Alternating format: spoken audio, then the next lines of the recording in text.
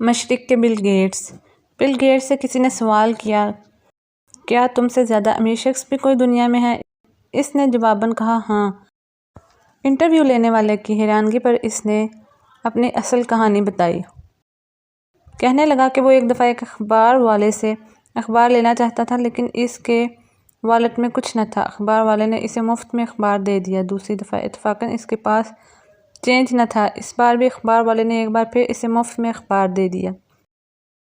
اس کے 10-12 سال کے بعد بل گیٹس جب امیر ہو گیا، اسے وہ اخبار والا یاد آیا۔ اس نے کچھ تلاش کے بعد اسے پا لیا اور پوچھا، کیا میں تمہیں یاد ہوں؟ اس نے کہا، بالکل، میں نے تمہیں 2 دفعہ مفت میں اخبار دیا تھا۔ بل گیٹس نے اسے کہا، وہ اس کے بدلے میں جو چاہتا ہے اسے بتائے، وہ اسے مہیا کرے گا۔ اخبار والا مسکرایا، پھر اس کی آنکھوں میں آنکھیں ڈال کر سوالیہ انداز میں حیران کن فلسفہ سمجھایا۔ کہنے لگا، آج تمہارے پاس دولت ہے اور تم آسانی سے سب دے سکتے ہو۔ کیا یہ اس شخص کے مفت دیے اخبار کا بدلہ ہو سکتا ہے جو کسی تنگ دست نے انتہائی تنگی کی حالت میں تمہیں دیا؟ بل گیٹس کے پاس اس سوال کا جواب نہ تھا۔ اس نے کہا، میں نے اس شخص کو خود سے زیادہ امیر پایا۔ یہ مغرب کا کنگال معاشرہ تھا جہاں ایسی مثالیں ناپید ہیں۔ کاش اسے کوئی بتانے والا ہوتا کہ مشرق ایسے امیروں سے بھرا پڑا ہے۔ اسلام ایسی دولت کی جڑیں ہر ماننے والے کی شخصیت میں پیوست کرتا ہے کہ وہ خود سے پہلے دوسروں کا سوچتا ہے، بلکہ معدی معاملات میں تو خود کو بلا ہی ڈالتا ہے۔ نتیجے میں فرد سراپا خیر بنتا ہے، اپنی بھوک سے زیادہ دوسروں کی فکر کرتا، مسرتوں کے انوکھے جہاں کا مسافر بنتا، سرگرم سفر رہتا ہے، کبھی نہ پلٹنے کے لیے۔ پھر لوگ خاندانوں کو پالنے، پڑھانے، آگے بڑھانے، معاشرے کی تعمیر میں زندگیاں بتا دیتے ہیں۔ لیکن عجیب بات ہے، انہیں اپنی دولت کی خبر امیری کا شعور ہی نہیں۔ وہ خود کو حقیر سمجھے کچھ اور عارضی ناپائیدار مقاصد کو اصل سمجھنے لگتے ہیں۔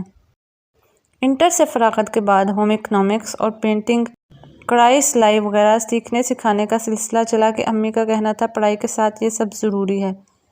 پچھلی گلی سے ایک لڑکی سیکھنے آنے لگی۔ ان کے ہاں غربت انتہا کی تھی۔ وہ اپنا کھانا چند نوالے کھا کر اپنی پڑوسن کو کھلا آتی، جسے ڈاکٹرز نے لا علاج قرار دے دیا تھا۔ اس بات کی خبر کسی اور محلے والے سے ہوئی۔ اسی بیمار لڑکی کی تیمارداری کو گئے تو پتہ چلا ایک دوسری پڑوسن اس ڈھانچہ نما لڑکی کی مالش کر رہی تھی۔ بیڈ پر لاچار لڑکی کی تشکر بڑی آنکھیں، اس سے نکلتے آنسو، اور وہ نوجوان خدمت کرتی پڑوسنیں دنیا کی بھیڑ میں کھو گئیں۔ مگر ان کی امیری کا رعب ہے کہ کبھی نہ گیا۔ دل کی امیری ہی اصل امیری ہے، اور وہ سب سے امیر تھیں۔ محلے کی ایک خاتون جو اپنا گھر ایک معذور شوہر اور 4 چھوٹے بچوں کے ساتھ بمشکل چلا پاتی ہیں، ان کی بیوہ بھابی نے بتایا کہ ہمارے اخراجات بھی یہی برداشت کرتی ہیں، جو کچھ لاتی ہیں اس کا آدھا ہمیں بھجوا دیتی ہیں۔ ان کی بات حیران کر دینے والی تھی۔ چھوٹے سے محلے میں اتنے امیر لوگ روشنی سے آنکھیں چندیا رہی تھیں۔ بچپن کی یادوں میں نانی اماں کا گھر، ہر وقت کا آنا جانا، جو کہ محلے بھر کی لڑکیوں کا مرکز تھا، اور ان کا چولہا نہیں بجھتا تھا۔ نانی اماں کی کشادہ دلی بھی کمال کی تھی۔ ان کے گھر ہر وقت برکت برستی محسوس ہوتی۔ وہاں سے واپس آنے کو جی نہ چاہتا تھا۔ نانا جان کی حویلی کا مردانہ 24 گھنٹے ہر ایک کے لیے کھلا رہتا۔ باہر سے آنے والے وہیں قیام کرتے۔ میری والدہ ہر اچھی ڈش بننے پر ایک سہیلی کو دینے لگاتار بھیجتیں۔ استفسار کرنے پر کہنے لگی، وہ حاملہ ہے نا؟ ایسے میں دل نہ جانے کس کس چیز کو چاہنے لگتا ہے، خود سے کہاں کچھ بنا پاتی ہوگی۔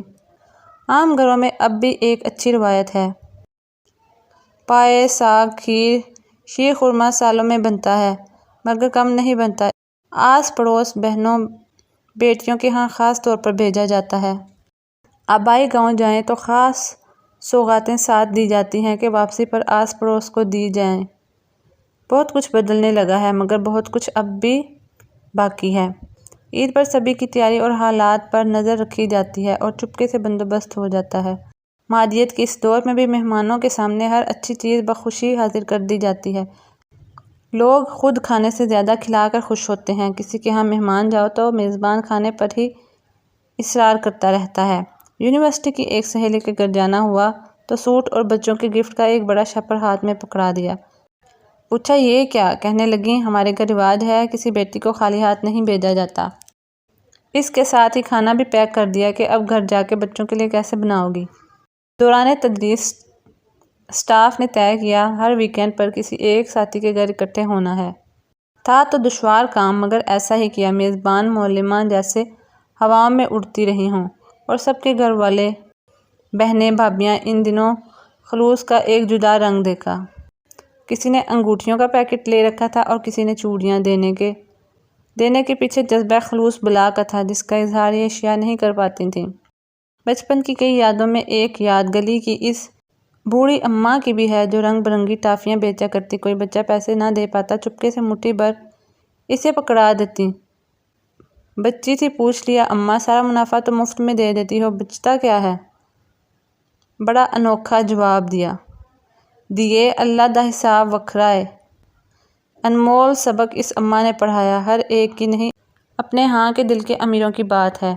مغربی معاشرہ جہاں انسانیت خود غرضی، خود پرستی کی چادر اوڑھے سو چکی ہے، انہیں معلوم ہو کہ مشرق امیروں سے بھرا پڑا ہے۔ ایک طرف کروڑوں کی دولت رکھنے والے غریب لوگ ہیں، تو دوسری طرف 2 وقت کی روٹی کا بمشکل بندوبست کرنے، کھانے اور کھلانے والے لاکھوں دل ہیں کہ امیروں کی کمی نہیں۔ اسی امیری کی حضرت محمد صلی اللہ علیہ وآلہ وسلم نے بھی حوصلہ افزائی فرمائی۔